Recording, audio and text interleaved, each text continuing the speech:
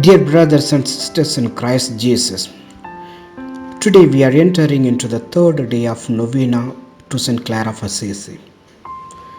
The theme of today is Who is Clare of Assisi?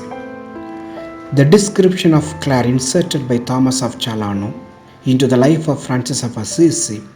The most striking thing, though, is that at the time when the legend was written, that is between 1228 and 1230, Clare was no more than 36 years old. Usually, one waits for the death of a person concerned before writing the passages of hagiography.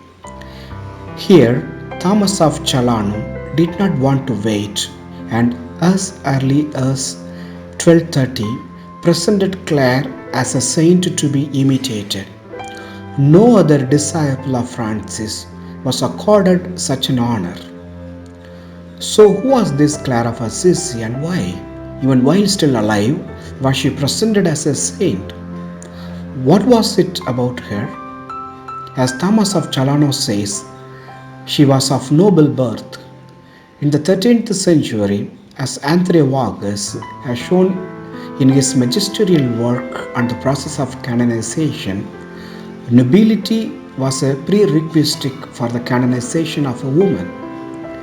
Clare's nobility was not of the highest rank, at least when compared with the other saints offered for canonization in that century, who were queens or at least royalty.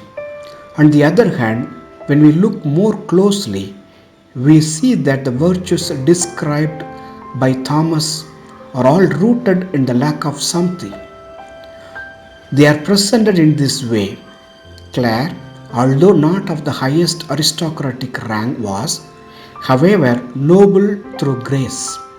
Although still relatively young, when she had an vocation at the age of 18, an obvious defect, she was indeed mature in spirit. Although animated by enthusiastic love, something which could be really dangerous, she was filled with wisdom and an incomparable humility. Looking closely, we see that Thomas has actually only recognized two genuine virtues in Clare, that she was physically a virgin and that she was called Clare. Even these only served to underline the fact that she was a virgin spiritually and that name Clare. She had above all clarity in her life and virtue. This hagiographic construction at least makes it clear that this is the portrait of a young girl from an aristocratic family of modest importance, who left it in order to give herself enthusiastically to the path indicated by Francis of Assisi. Thomas says that Clare was in divino amore ardentissima desiderio, all burning with the desire for the love of God. What suddenly strikes one when confronted with Clare's personality is her strong temperament, which leads her to struggle against every obstacle that prevents her from pursuing that which she knows must be the way of life peculiar to her. But as we probe more deeply into her personality, our surprise increases as we gradually discover the harmonious balance of an exceptional humanness, which can only be called genial and exemplary for everyone. We can sum up in outline form other aspects of Clare's personality, aspects which, when found in men, are usually not too surprising, but when found in a woman are really surprising. The first point of today's argument is first of all the refusal of every marriage proposal and arranged either by the family or by the relatives to St. Clare of Assisi. The second point, her flight to St. Mary of the Angels at the age of 18, with its consequent break of family and social ties. The third point is that the giving up of her noble state to take on that of a servant. The fourth point is that her acceptance of Agnes, her former name was Catherine, her sister, and the subsequent resistance to the male domination of relatives.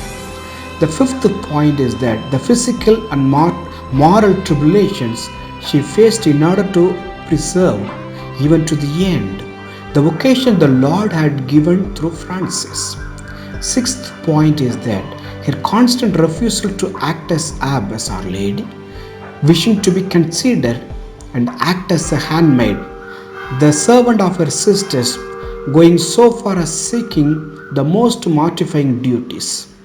The seventh point is the privilege of poverty, the only one of its kind at the time, which she defended against all opposition, even that of popes and cardinals.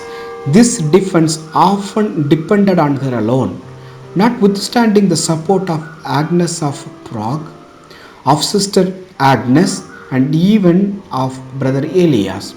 The eighth point is that her controlled and calm resistance against the Saracens and other enemies of Assisi, Clare's brave struggle to defend her form of life or rule, shows her courageousness, intelligence, and wisdom.